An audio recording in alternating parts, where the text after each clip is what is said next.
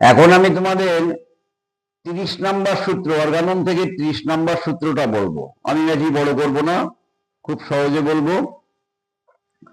বলা হচ্ছে ঔষধের মাত্রার হ্রাস বৃদ্ধি আমাদের সাধ্যায়ত্ত বলিয়া জীব শরীরকে স্বাস্থ্য সম্বন্ধে প্রাকৃতিক উৎপাদিকা শক্তি অপেক্ষা ঔষধের শক্তি কর্তৃক অধিকতর বিচলিত হইতে দেখা যায়। কারণ রোগসমূহ উপযুক্ত ঔষধ সকল দ্বারা আরোগ্য হয়। তাহলে এই যে রোগ শক্তির কিন্তু একটা লিমিট আছে, কিন্তু আমাদের ওষুধ শক্তির কিন্তু লিমিট নেই। ওষুধ আমরা এই যে শক্তিটা আমাদের হাতের মধ্যে 6, 30, 200, 1000, 10,000, 50,000, লাখ, ওষুধের শক্তিটা কিন্তু আমাদের হাতের মধ্যে। আমরা ওষুধের শক্তি রোগ শক্তির থেকে আমরা কিন্তু বেশি ব্যবহার করতে পারি। অর্থাৎ রোগীর রোগ লক্ষণ ছালপার, আমি নির্বাচন করলাম ছালপার, 30 দিলাম, রেসপন্স হলো না। তাই রোগ শক্তির থেকে যদি ওষুধ শক্তি দুর্বল হয় তাহলে রোগ শক্তি পরাভূত হবে না, তাহলে আমি 200 দেব। 200 দিলে যদি কিছু পরাভূত হয়, সম্পূর্ণভাবে পরাভূত না হয়, অর্থাৎ দূর না হয়, তাহলে আমি 1000 দেব। রোগ শক্তিটা একটা লিমিটে আছে, আর ওষুধ শক্তি আমাদের হাতের মধ্যে। এটা আমরা প্রয়োজনে বাড়াতে পারি, বা যে রোগীর ক্ষেত্রে যেমন প্রয়োজন সে রোগীর ক্ষেত্রে তেমন ব্যবহার করব। তবে এই যে কত পাওয়ার ব্যবহার করব, আমার ছাত্ররা অর্থাৎ তোমরা বা আমার প্রাক্তন ছাত্ররা সবসময় প্রশ্ন করে, স্যার এই অবস্থায় কত দেব? না, এই অবস্থায় কত দেব এইরকম কিন্তু লিখিত কোনো কথা হ্যানিম্যান স্যার কোথাও বলেননি। এইবার আমি বাড়ির থেকে কোথাও গেছি, বাড়ি আসবো, কত সময় লাগবে? আরে আমি কত দূরে গেছি, কি কাজে গেছি, কেমন পথের অবস্থা, তো তার উপরে যে নির্ভর করবে যে আমি কখন বাড়ি ফিরবো। তো সেটা ওই রোগের নামকরণের উপরেই হবে না, সেটা অনেক কিছুর উপরে নির্ভর করে শক্তি চয়েস হয়। শক্তি চয়েস করতে গেলে 8টা পয়েন্ট আছে, এই 8টা পয়েন্টকে সামনে রেখে আমাদের ওষুধের শক্তি নির্বাচন করতে হয়। দেখো, ওষুধ শক্তি এমনই প্রত্যেকেই আক্রান্ত হবে। তার কারণ আমরা যদি কোনো ভেষজ, শক্তিশালী ভেষজ, এই 30 হোক 200 হোক, আমরা যদি কোনো ভেষজ সুস্থ মানবদেরকে কন্টিনিউয়াস খাওয়াই, তাই 100 জন লোককে খাওয়ালে 100 জনই কিন্তু আক্রান্ত হয়।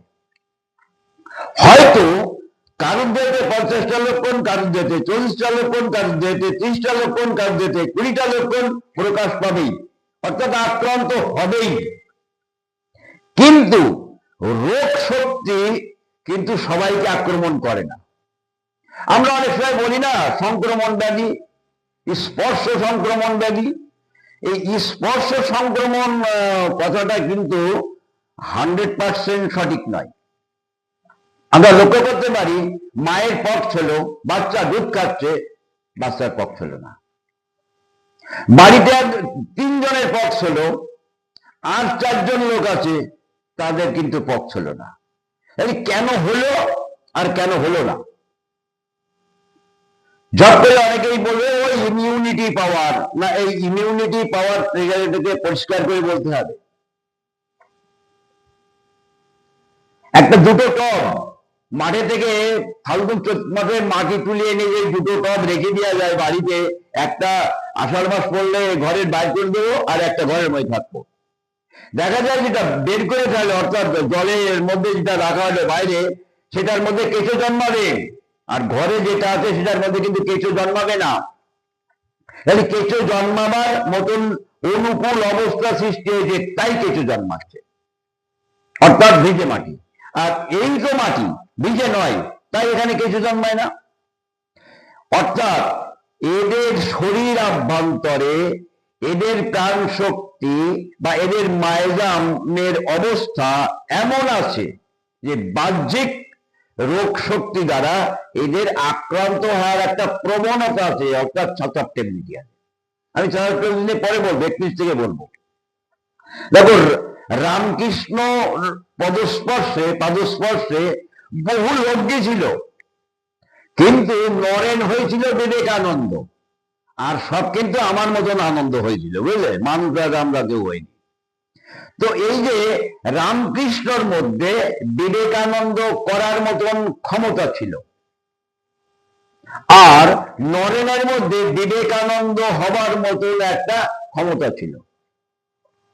অর্থাৎ সাসেপ্টেবিলিটির বাংলা মানে হচ্ছে প্রবণতা, প্রভাবিত হইবার মতন একটা পরিবেশ অবস্থা, আর শক্তি, আর প্রভাবিত করার মতন একটা শক্তি।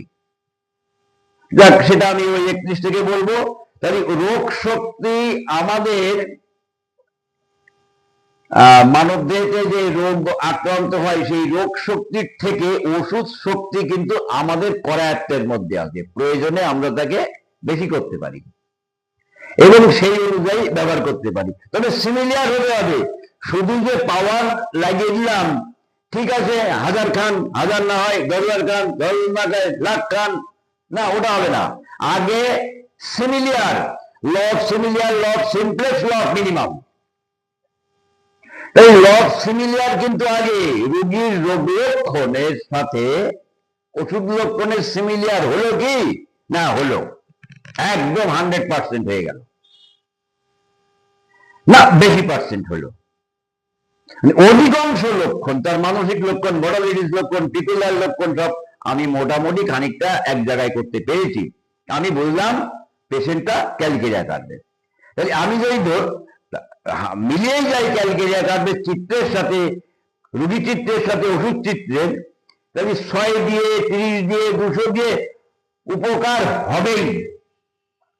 আমি যদি জানি এখানে লবণ প্রয়োজন, তো লবণ আমি একটুখানি দিলাম, আবার দেখলাম না হয়নি, আবার একটু দেব, না হয়নি, আবার একটু দেব, এইবার কিন্তু লবণ হবে। লবণ দেওয়াটা আমার হাতের মধ্যে, অর্থাৎ ওষুধের শক্তি বৃদ্ধি করা কিন্তু আমার হাতের মধ্যে, ডাক্তারের হাতের মধ্যে, কিন্তু সিমিলিয়ার করাটাও কিন্তু ডাক্তারের কাছে। তাই আগে সিমিলিয়ার হবে, তারপরে শক্তি বৃদ্ধি হবে, শক্তিটা আমাদের হাতের মধ্যে। আর সিমিলিয়ার যদি হয়, তাহলে ওষুধ শক্তি দ্বারা প্রত্যেক রোগী আক্রান্ত হতে বাধ্য, অর্থাৎ আরোগ্য হতে বাধ্য। তাহলে কি বোঝা গেল? থাকে এই পর্যন্ত। আমরা পরবর্তী দিন 31, 32, 33 সাসেপ্টেবিলিটি নিয়ে আলোচনা করব।